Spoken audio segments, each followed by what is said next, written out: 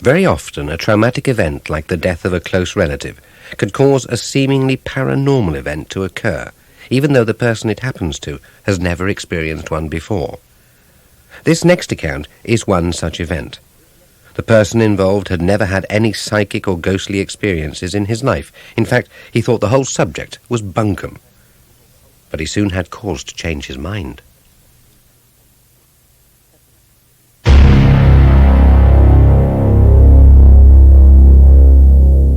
I'm now going to go down south to the place of my birth, Dover. This rather strange event happened only about 6 years ago.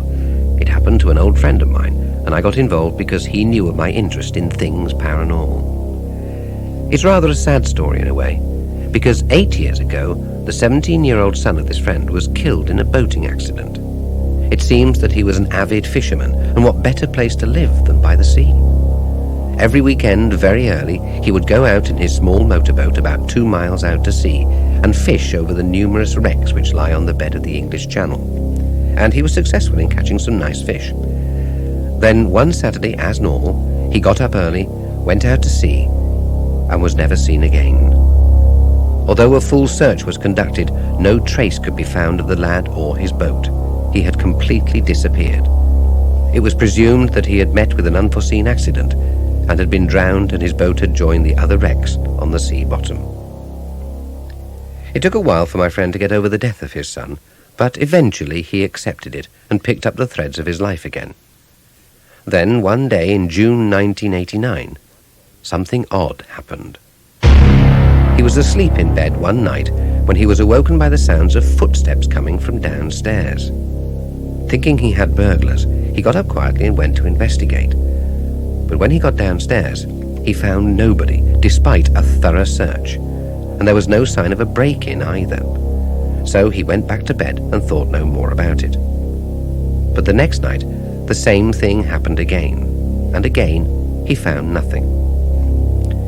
Well, this carried on every night for the next 2 weeks or so, and my friend was getting a bit exasperated by all this because his sleep was being curtailed. He was getting a bit ratty, and he felt drained. He had no energy. The doctor could find nothing organically wrong with him, so he gave him some sleeping tablets. Well, all was well again for another 10 days or so, when suddenly he was awoken again in the middle of the night by the sounds. Except that this time, when he went to investigate, he experienced an overwhelming sense of sadness and despair. As he trudged slowly up the stairs again, he felt the unmistakable touch of a hand on his shoulder. Whipping round, he saw, about 2 steps down from where he stood, the dark, shadowy shape of a man. A young man, possibly a teenager. He didn't know why he thought it was a teenager. It was just his first impression. He was momentarily startled by this figure, and then he felt angry that he'd found a burglar in his house, so he made a grab for the figure. But he grabbed thin air, because just as his hands were about to make contact with the young man, he disappeared, and almost immediately appeared again at the foot of the stairs, standing in a small pool of light. Well, the man rushed downstairs with the intention of catching the burglar before he got away again, but as he approached him, he recognized the face of his son, except that the face was bloated like a drowned man's. Nevertheless, it was definitely his son's face. Naturally, the man came to a sudden halt and just stared at the figure, and the more that he stared, the clearer the face became, and it also seemed to cease to be bloated and become a normal face. My friend was frightened, to say the least, but he felt as if something somewhere in the recesses of his brain was saying, "Don't be afraid." And sure enough, the sense of fear left him. Once again he heard, if that's the right word, the figure speak to him, although its lips didn't move. It said that it was his son, and he wanted to say he was sorry for all the sadness he had caused his father when he disappeared. It said that it had been out fishing when a sharp squall had struck his little boat, and he'd been flung overboard and been drowned when the boat had capsized and hit him as it came over. My friend didn't know what to make of this, but as is often in cases like this, he didn't want the apparition to go. There were so many questions he wanted to ask. But the apparition just sort of smiled and slowly faded away. But he did appear again. In fact, he became a regular visitor to the man. Now, you might say that this was the imagination of the man because he'd been through a traumatic experience when he'd lost his son.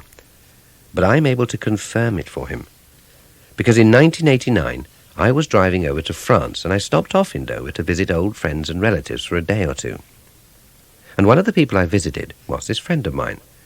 He knew of my interest in such things, so he told me all about it.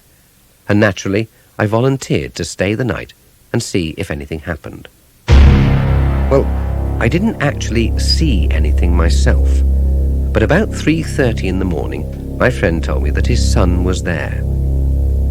My friend had a sort of happy look on his face, and he frequently nodded as if he was listening to someone talking.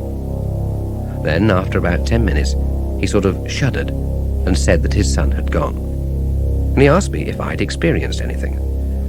Unfortunately, I couldn't in all honesty say that I had, but I didn't doubt his sincerity. The strange thing was that I had been awake all the time, and I'd carefully watched my friend's movements. And yet, when I switched on the hall light after I'd been told that his son had gone, the first thing that I noticed was a trail of fresh, wet footprints on the carpet leading away from just in front of where my friend was standing towards the front door. And the night was dry and clear. There had been no rain.